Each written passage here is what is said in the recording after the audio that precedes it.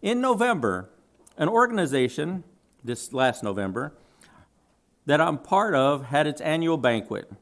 The name of that organization is called Because I Care, and it's out of Longview, Texas. This was its 30th year in service, helping people find matches for healthy bone marrow that can treat and sometimes cure blood cancers. You probably heard of the more widely known Be the Match. We work with them directly in doing swab drives to put more people on the registry. In the 30 years that Because I Care has been in operation, they have added nearly 26,000 donors to the international registry, helping those that cannot find a match by themselves find a match. In case you don't know anything about these sorts of things, I'll give you a quick summation of what it is and why it's necessary. Blood cancers affect the production and function of the blood cells. Most of these cancers start in your bone marrow where blood is produced. Stem cells in your bone marrow mature and develop into 3 types of blood cells: the red, white, and platelets. For these cancers to stop growing, they need new and healthy bone marrow cells to work properly and start making new healthy cells. Most of these cancers that affect bone marrow function are leukemias, multiple myeloma, and lymphomas. All of these cancers start in the blood cells. At these yearly banquets, we usually bring together a donor and a recipient to meet for the very first time. There usually isn't a dry eye in the house after each person tells about how they found out that they had this cancer and the dread they had looking for hope. Thank you for saying that in your opening prayer, Dr. Baker. I thought that's fitting with this message.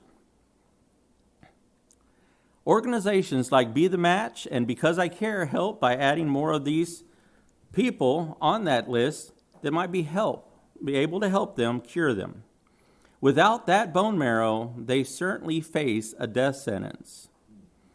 This year, because of COVID-19, we could not get a new donor recipient together.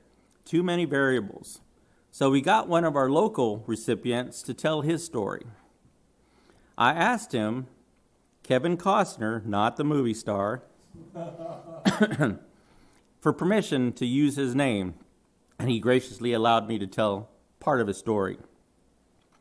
But before I get to Mr. Costner's story, I'd like to give you a title of this message: In Need of a Transplant. In Need of a Transplant. In March 2018, Kevin Costner was diagnosed with stage 4 mantle cell lymphoma. With lots of chemotherapy, multiple hospitalizations, and etc., he had been told that he had some promising news about a possible donor. On December 2018, both him and his wife, Linda, left behind their home and family to live in an RV near MD Anderson in Houston, Texas, to begin the process of getting a bone marrow transplant. To his surprise, he was told there wasn't one possible match, but 4. 3 of them in the United Kingdom and 1 in the United States. Normally, people struggle to find just the one, but he was blessed to have 4 possible matches. One in the United States wasn't a 100% match, so they went to the 3 in the United Kingdom. When the hospital reached out to all 3 potential donors in the UK, 2 of the donors decided they did not want to go through with it and removed themselves from the donor rolls, leaving just the one, a lady. They reached out to her, and thankfully, she was still willing. They are not required to do the bone marrow transfer. It is a donation. They make no money from it at all. It's purely a gift. The organizations that I work with strive to raise money throughout the year to fund the donor's medical expenses as well as hospital stay, so they're not out anything but the bone marrow. She was a small woman, so they had to do the procedure on her twice. And that procedure is they give her medication to stimulate her bone marrow counts, and then they remove those by an apheresis machine. You may have seen that when given blood at the local blood stations. There's no lasting harm to the donator, just time and the discomfort from being tested to make sure they are completely healthy to make this donation. When her marrow was collected, someone from the United States flew there, picked up the igloo cooler, jumped in the plane, and flew right back to where Mr. Costner was waiting. Mr. Costner had been given medicines to eliminate his own bone marrow and was in complete isolation. At this stage, he was very susceptible to any disease that even the common cold could kill him. After being given a new healthy marrow, Mr. Costner would be in its isolation for another 100 days. Day 100 is the milestone that many stem cell recipients circle boldly on their calendars as a turning point for their recovery, because that's when the greatest risk for critical side effects happens within that 100 days. At day 15, his tests were showing such remarkable progress, they were excited, but they didn't say anything till day 37 and told him not only that he was well, but he was able to go home. Now, he was going to have to continue treatment for that rest of that 100 days at home, but he was doing a remarkable transformation. And talking about transformation, he was O positive when he started, and because of her new bone marrow, he became A positive. He felt better than he had felt in a long time, but he had to wait till after that 100 days before the big parties. So, I would like to make something totally clear about this whole process. The new healthy host cells cannot be introduced into the sick and diseased individual till all the old cells have been eliminated. Not even one can remain or risk the chance of the old sick cells overtaking the new and healthy cells.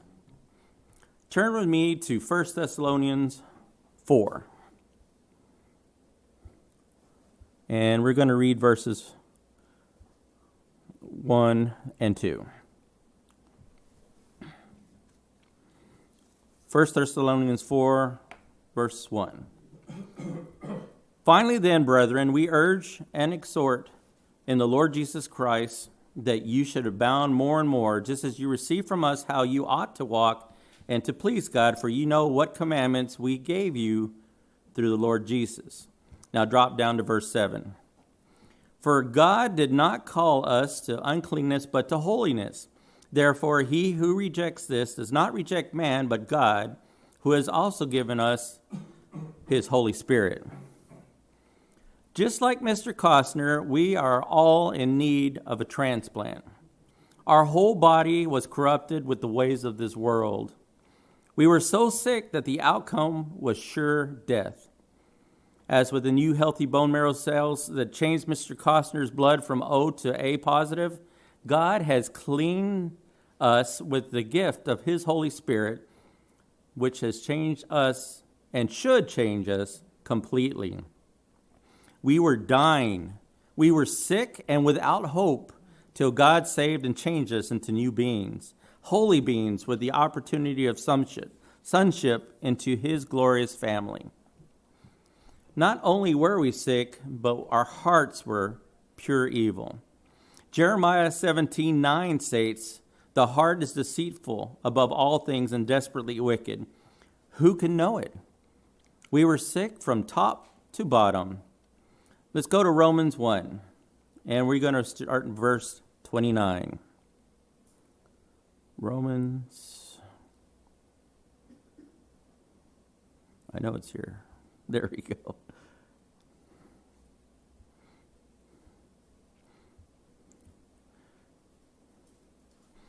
Verse 29. Being filled with all unrighteousness, sexual immorality, wickedness, covetousness, maliciousness, full of envy, murder, strife, deceit, evil-mindedness, they are whisperers, backbiters, haters of God, violent, proud, boasters, inventors of all evil things, disobedient to parents, undiscerning, untrustworthy, unloving, unforgiving, unmerciful. Verse 32, who know only the righteous judgment of God, that those who practice such things are deserving of death, not only do the same, but also approve of those who practice them. We were completely sick and not worth much. Without God's intervention, the sacrifice of Jesus Christ, the law, and the Holy Spirit, we are doomed. With these wonderful gifts, we have been given a chance of sonship and the ability to teach others in the future God's way of life. With God's Holy Spirit, we know what we need to do now. As Mr. Costner talked about how his ongoing treatments, he mentioned something about host rejection. That means that his body rejects all new cells by the healthy donor. For my final scripture, we'll turn to Colossians chapter 3.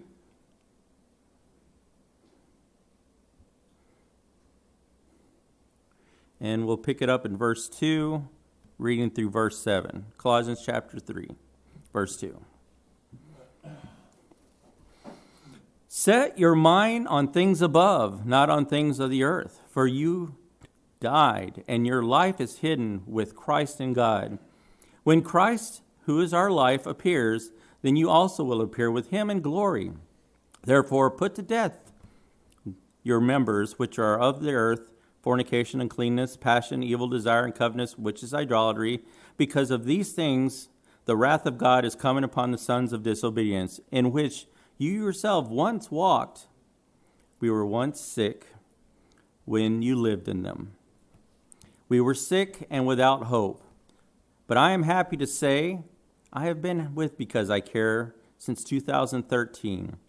I have seen many people benefit from what we do and have given themselves without any compensation. Christ died for us that we may live. If we are to remain healthy in our spiritual lives, we need to continue to keep God's laws, statutes, and make sure that we do not fall backwards, host rejection, into the ways of that old sick man. I was in need of a transplant, and like everyone here hearing my voice, we can be grateful to our loving Father and elder brother, Jesus Christ, who has freely given us to the dying and replacing our sick and diseased cells with their marvelous gift.